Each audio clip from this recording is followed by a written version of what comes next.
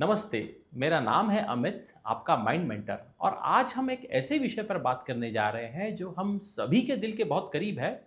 हमारी परवरिश, our childhood. क्या आपको याद है वह समय जब आप एक बच्चे थे, जब आप किसी बात पर बहुत खुश होते थे या जब आपको किसी बात से बहुत डर लगता था?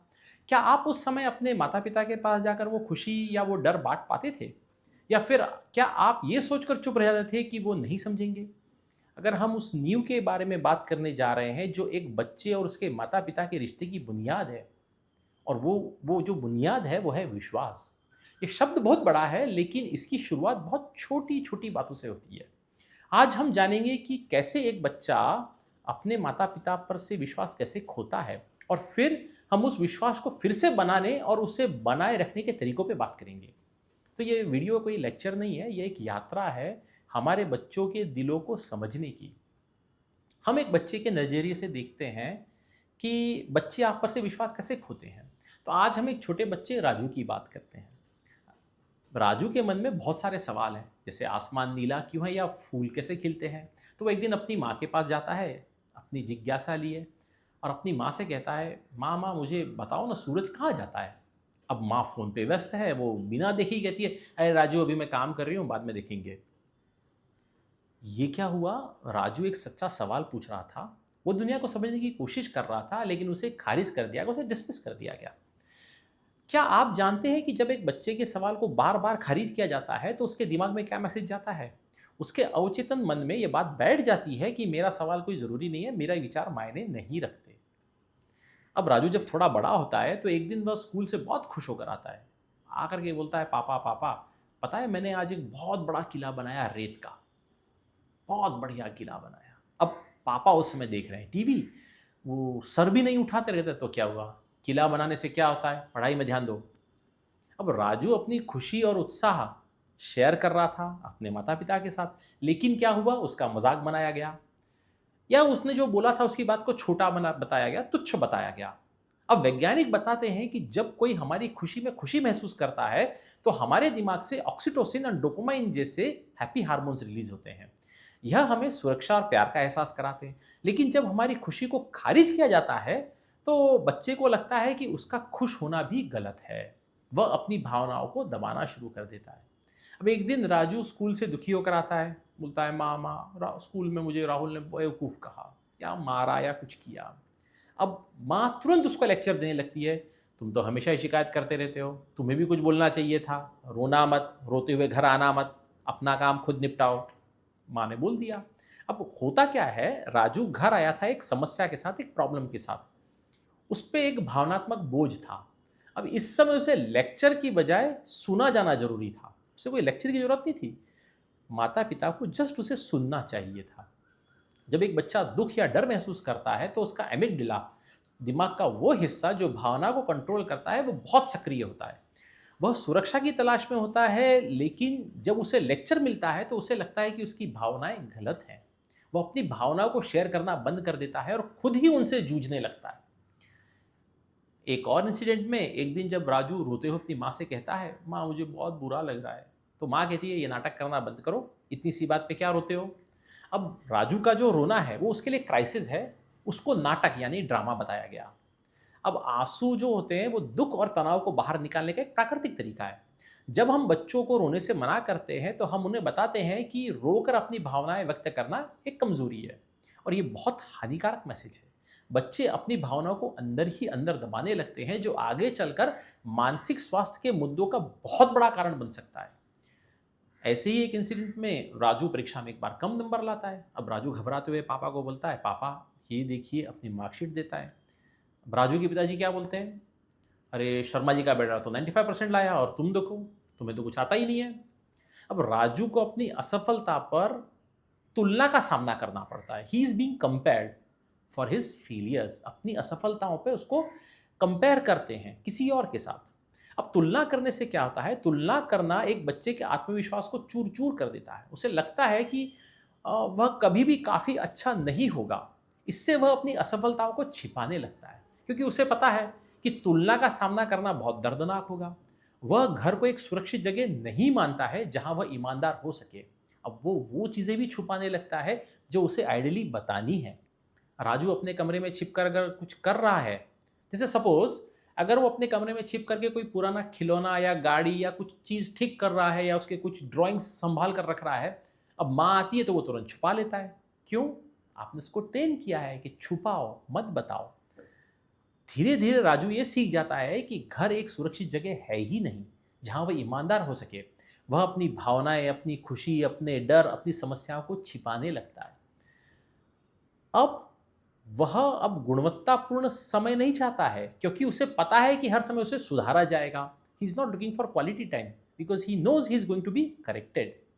ये मत करो, वो मत करो, ऐसे मत बोलो, यहाँ मत जाओ, वहाँ मत खाओ, ये मत पियो, वो मत खाओ। इससे उसके दिमाग में सर्किट्स ब्रेक हो रहे हैं। उसे कभी बिना शर्त के मुझे तुम पर गर्व है, I am proud of you, सुनने को मिलता ही नहीं है। हमेशा कुछ ना कुछ शर्त जुड़ी होती है। मुझे गर्व है कि तुम 90% मार्क्स लाए, मुझे गर्व है कि तुमने स्पोर्ट्स में मेडल जीता, मुझे गर्व है कि तुमने उसको बीट कर दिया। अरे हर चीज़ में गर्व के साथ कोई शर्त क्यों? और अब ऐसे ही एक बार राजू की माँ फ़ोन पे बात कर रही है राजू से। राजू उनके पास आता है। अब राजू बात करने की कोशिश करता है। राजू बताता है, माँ आज स्कूल में क्या हुआ? तो माँ फ़ोन पर है। अब पेरेंट फ़ोन पर है, राजू की बात सुनने के लिए क्यूरियोसिटी नहीं है कि राजू असल में कौन है। जब हम बच्चे को सुधारने के लिए सुनते हैं, न कि समझने के लिए, तो हम उन्हें यह मैसेज देते हैं कि तुम जैसे हो वैसे काफ़ी नहीं हो। अब राजू बड़ा हो गया, अपना बैग पैक करके घर छोड़ के चला गया। राजू इमोशनली खुद ही बड़ा होता है। वो बढ़ता है और जितना जल्दी हो सके घर से दूर चला जाता है। Move as fast as possible. अब ये कोई अब जब वो कॉल करता है अपने माँ बाप से बात करने के लिए, तो वो किसी प्यार से फ़ोन नहीं करता है, वो एक ऑब्लिगेशन, अरे माँ बाप हैं यार, फ़ोन करना है कर लो, तो एक ऑब्लिगेशन से फ़ोन करता है। अब वो एक ऐसा अजनबी बन जाता है जिसके साथ आपका सिर्फ एक खून का रिश्ता है। अब राजू जब घर से दूर है और राजू का फ़ोन आता है और माँ बाप से बात होती है, लेकिन जो बात है वो बड़ी औपचारिक फॉर्मल बात है। अब माँ बाप हैरान होते हैं कि राजू हमसे अपनी कभी बातें बताता ही नहीं, वो हमसे इतना दूर हो गया। अब वो इमोशनली बड़े डिस्ट्रेस्ड हैं। अब तथ्य यह है कि बच्चे का विश्वास बहुत नाजुक होता है। ये कांच के बर्तन जैसा है जो एक बार टूट जाए तो उसे जोड़ना बहुत मुश्किल होता है। लेकिन खुशखबर यह है कि इस कांच का बर्तन, ये जो कांच का बर्तन टूट कर बिखर नहीं गया है, इसे फिर भी हम जोड़ सकते हैं। तो आज से ही हम एक नई शुरुआत कर सकते हैं। अगर आप एक ऐसा बच्चा चाहते हैं जो वास्तव में आप पर विश्वास करे, जो आपके पास अपनी खुशी और अपना दुख लेकर आए, जो आपको कुछ कुछ चीज़ें अगर आप बदल लें तो वो आपका बच्चा वापस जैसा था वैसा हो जाता है। तो आइए अब हम उन उन उन चीज़ों के बारे में बात करते हैं, उन तरीकों के बारे में बात करते हैं जो आपका एक रिलायबल रिश्ता, विश्वास पात्र रिश्ता बनाने में मदद करते हैं। और उसका सबसे पहला कदम है, उन सभी चीज़ों से अपने आप को दूर रखें जिससे आप में और आपके बच्चे में दूरी आ रही है, जैसे फ़ोन, टीवी, घर में आने के बाद ऑफिस का काम। जब बच्चा आपसे बात करने आए तो उसकी आंखों में आंखें डाल कर देखें। ये एक छोटा सा काम लग सकता है लेकिन इसका एक बहुत गहरा मतलब है। यह उसे मैसेज देता है कि तुम मेरे लिए सबसे ज़रूरी हो, मैं तुम्हें सुन रहा हूँ, you are my first and last priority. वैज्ञानिक बताते हैं कि जब हम आंखों में आंखें डालकर बात करते हैं तो हमारे दिमाग में मिरर न्यूरॉन्स सक्रिय होते हैं। यह हमें दूसरे की भावनाओं को समझने में मदद करते हैं और एक गहरा कनेक्शन बनाते हैं। अब दूसरा कदम यह है कि उसके दुनिया के बारे में सवाल पूछें। Keep asking him questions about his world और हर वर्ल्ड, और उनके जवाबों को बिना जज किए हुए सुने। अगर राजू कहता है कि उसे रंग भरना पसंद है, तो कभी ये मत कहिए कि पेंटिंग करने से कौन सी नौकरी मिल जाएगी। ये कहिए, वाह तुम्हें कौन कौन से रंग पसंद है, तुमने क्या क्या बनाया है। यह क्यूरियोसिटी उसे महसूस कराती है कि आप उसकी परवाह करते हैं, न कि उसे सिर्फ एक उपलब्धि के रूप में देखते हैं। तीसरा कदम आपको क्या उठाना है कि जब आप गलत हो, मतलब एज ए माता पिता अगर आप गलत हो, तो बच्चे से माफ़ी ज़रूर मांगे। हम सभी इंसान हैं, हम सब गलतियां करते हैं। कभी कभी हम बच्चों पे चिल्ला भी देते हैं, गुस्सा करते हैं, उन्हें गलत समझ लेते हैं। अगर ऐसा होता है तो अपने बच्चों से माफ़ी मांगे। राजू मुझे माफ़ करना, मैं कल तुम पर चिल्लाया था, मैं गुस्से में था और वह गलत था। यह बच्चा, ये जो चीज़ है, ये बच्चों को सिखाता है कि माफ़ी मांगना कमज़ोरी नहीं बल्कि एक अच्छी आदत है। यह भी सिखाता है कि आप उनकी परवाह करते हैं और उनकी भावनाओं को समझते हैं, वो आपको देख रहे हैं, याद रखिए। चौथा कदम, उनके होने का जश्न मनाएं। सेलिब्रेट हु दे आर, न कि सिर्फ उनकी उपलब्धियों का। तारीफ करें कि तुम कितने दयालु हो, तुम कितने मेहनती हो, न कि मुझे गर्व है कि तुम फर्स्ट नंबर पे आए। No conditions attached. तो ये बच्चों को सिखाता है कि उनकी वैल्यू उनके सिर्फ मार्क्स या मेडल्स या कोई एक्स्ट्रा करिकुलर एक्टिविटी में नहीं है, बल्कि उनके चरित्र और उनके व्यवहार में है। पांचवा कदम जो आपको उठाना है वो है कि घर को सबसे सुरक्षित जगह बनाएं। जब राजू कोई समस्या लेकर के आए या उसे कोई समस्या हो तो उसे लेक्चर देने के बजाय उसे सिर्फ सुने। मुझे पता है कि तुमको बुरा लग रहा होगा, पर मैं तुम्हारे साथ हूँ। उसने अगर गलती भी करी है तो उसे सुने और उसको करेक्ट करने की बजाय उसे बताएं कि करेक्शन करने का क्या तरीका होता है। उसे महसूस कराएं कि वह अपनी गलतियों और अपनी असफलताओं को भी आपके साथ शेयर कर सकता है। वह घर को एक ऐसी जगह माने जहां वह बिना किसी डर के ईमानदार हो सके। वैज्ञानिक बताते हैं कि एक सुरक्षित और प्यार भरा घर का माहौल बच्चों के दिमाग के विकास में बहुत मददगार होता है। यह उन्हें आत्मविश्वास देता है कि दुनिया का सामना कर सके, वो जा सके और इस कठोर निष्ठुर दुनिया में तन कर सीना तान कर खड़ा हो सके। छठा कदम जो आपको उठाना है वो समझने के लिए सुने, न कि सिर्फ जवाब देने के लिए। जब बच्चा कुछ कह रहा हो तो उसके शब्दों के पीछे की भावनाओं को समझने की कोशिश करें। वह क्या महसूस कर रहा है, वह ऐसा क्यों कर रहा है। सिर्फ जवाब देने के लिए मत सुने, अरे ये तो कुछ भी नहीं है, जब मैं छोटा था। सिर्फ सुने और समझने की कोशिश करें। सातवां कदम, छोटे छोटे पलों का हिस्सा बने। एक साथ खाना खाएं, एक साथ खेलें, साथ कोई कहानी पढ़ें, कुछ ऐसा काम, चेस खेलें। ये बहुत छोटे छोटे पल लग सकते हैं, लेकिन यही वो पल हैं जो बच्चों को सबसे ज़्यादा याद रखेंगे। बच्चे सबसे ज़्यादा याद ऐसे ही पल रखते हैं कि मेरे पापा मम्मी ने मेरे साथ ये किया था। उनको जगह के साथ मेमोरी पैक्स बनते हैं। और ये जो छोटे छोटे पल हैं यही एक गहरे और विश्वासपूर्ण रिश्ते की नींव रखते हैं। आठवां कदम, उन्हें बिना शर्त प्यार दें।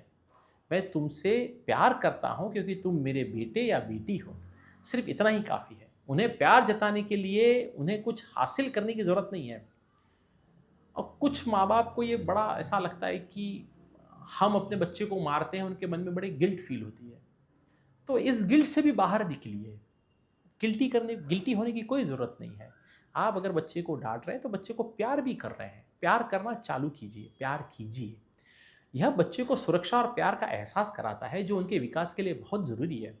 परवरिश कोई आसान काम नहीं है। हम सभी अपनी पूरी कोशिश कर रहे हैं, लेकिन कभी कभी हम भूल जाते हैं कि हमारे बच्चे भी इंसान हैं, उनकी भी अपनी भावनाएं हैं, अपनी ज़रूरतें हैं। और विश्वास एक दिन में नहीं बनता और नहीं एक दिन में टूटता है। यह उन हज़ारों छोटे छोटे पलों का परिणाम है जो हम अपने बच्चों के साथ बिताते हैं। तो अगर आप चाहते हैं कि आपका बच्चा वास्तव में आप पे विश्वास करे, जो आपके पास अपनी खुशी और अपने दुख लेकर आए, तो आपको उनके लिए एक सुरक्षित व्यक्ति बनना होगा। वह व्यक्ति जिसके पास वे दौड़ कर आए, न कि जिनसे वे दूर भागें। तो आज से एक छोटी सी शुरुआत करें। अगली बार जब आपका बच्चा आपसे बात करने आए तो अपना फ़ोन दूर रखें, उनकी आंखों में आंखें डालकर देखें, उनकी बात को सिर्फ सुने, समझने की कोशिश करें। अगर आपको लगता है कि आप कभी गलत थे तो माफ़ी मांगे। ये एक छोटी सी बात बहुत बड़ा बदलाव ला सकती है। ये वीडियो उन सभी माता पिता के लिए है जो इस तरह के एक ट्रेजिक सर्कल में फंस गए हैं, कैस्केडिंग सर्कल में फंस गए हैं, और उन सभी माँ बाप के साथ शेयर करें जिन्हें इसकी ज़रूरत है। और मुझे कमेंट्स में बताएं कि आप अपने बच्चे का विश्वास कैसे बनाते हैं। याद रखें, हमारे बच्चे हमारा भविष्य है। एक प्यार और विश्वासपूर्ण रिश्ता ही उनके लिए सबसे अच्छा तोहफा है। धन्यवाद।